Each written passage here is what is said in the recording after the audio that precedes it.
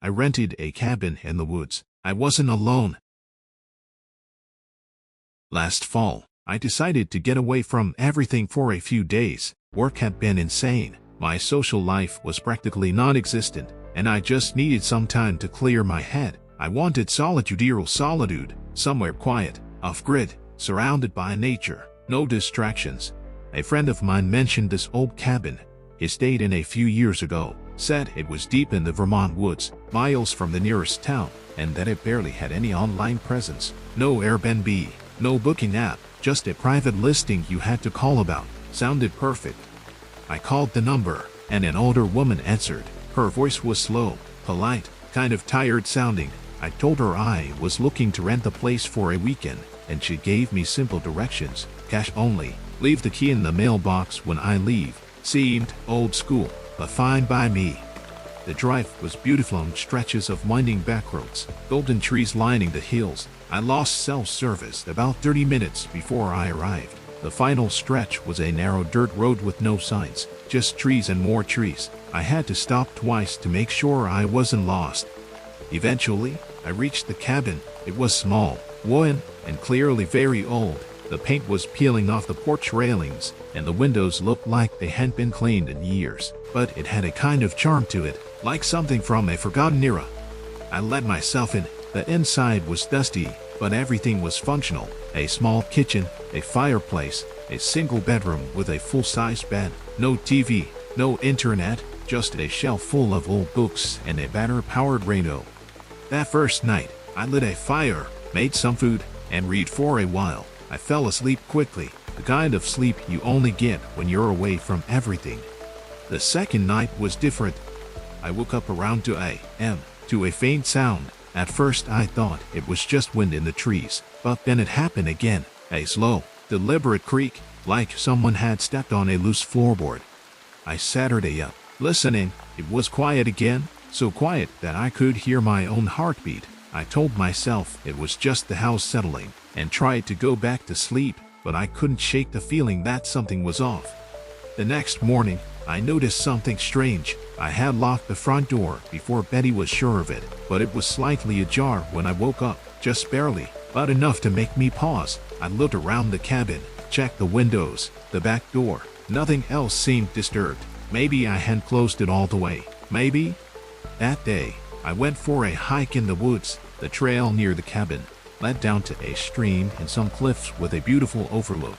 It was peaceful, but the entire time I felt like I was being watched. Every so often I'd stop and turn around, expecting to see someone, but there was never anything there. That night, I double-checked everything. I locked the doors, pulled the curtains shut, even stuck a chair under the doorknob for good measure. I couldn't sleep. At around 1:30, I heard something outside. It sounded like footsteps on the porch. Slow, careful, like someone trying not to be heard. Then silence, then a knock. Not loud, just a single, soft knock on the door. I frowned.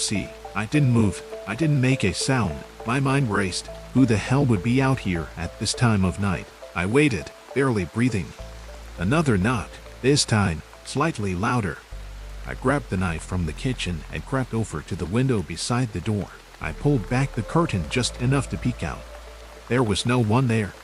I stood there, staring out into the darkness. The porch was empty. The woods beyond were silent. I waited another minute, then slowly backed away. The knocking didn't come back. Eventually, I sat on the floor with my back to the wall, knife in hand, too scared to even blink. I must have downsized off at some point, because the next thing I remember is morning light coming through the cracks in the curtains. Everything looked normal. The door was still locked, no signs of anyone. I should have left right then. I should have packed my things and driven home, but I told myself it was just my imagination. Maybe an animal, maybe the wind. I was being paranoid. That night, I wouldn't get a second chance. I decided to stay up. No fire, no lights, just Saturday in the dark with a blanket and the knife. Around 2 a.m., it happened again. A slow creak from the far side of the cabin, not the porch, inside. I held my breath. The sound was unmistakable. It was a step, then another. Whatever it was inside the cabin with me. I stayed perfectly still, trying to pinpoint the direction. The sound came again, closer, a board near the kitchen, thrown under the weight of something moving. I wanted to scream, to run, but my body wouldn't move. I felt cold all over. Then, silence. For what felt like forever, there was nothing. And then, breathing.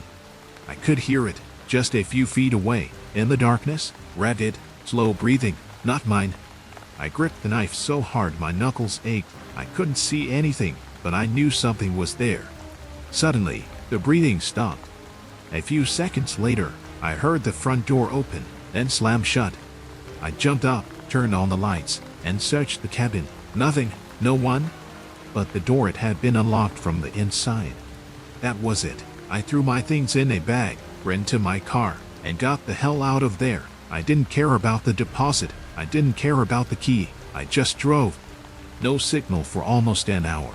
When I finally got bars, I called the police. They agreed to send a unit to check the property, but I never heard back. I tried calling the number for the cabin owner again, disconnected. I looked up the listing, city gone, completely offline. That was 6 months ago. Since then, I've had this feeling like I'm being followed. Nothing obvious, just that same presence I felt in the woods, like someone's always a few steps behind me. Sometimes I think about what would have happened if I hadn't stayed up that night, if I'd been asleep when whoever it was came into my room. I don't know what they wanted. I don't know how long they were watching me, but I know this. I wasn't alone in that cabin. And I don't think I'm alone now either.